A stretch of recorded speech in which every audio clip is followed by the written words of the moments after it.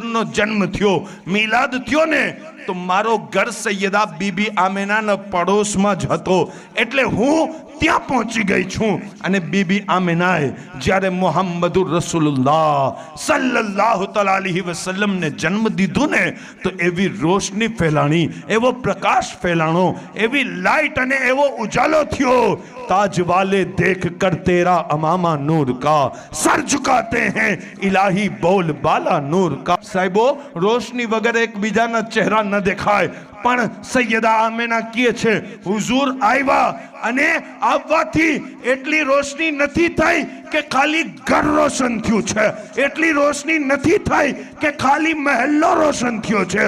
ઉમ્મે શિફા કહે છે રોશની એટલી હતી ને કે મેં મક્કામાં બેસી અને શામ અને યમનના મહેલ્લોને જોઈ લીધા છે.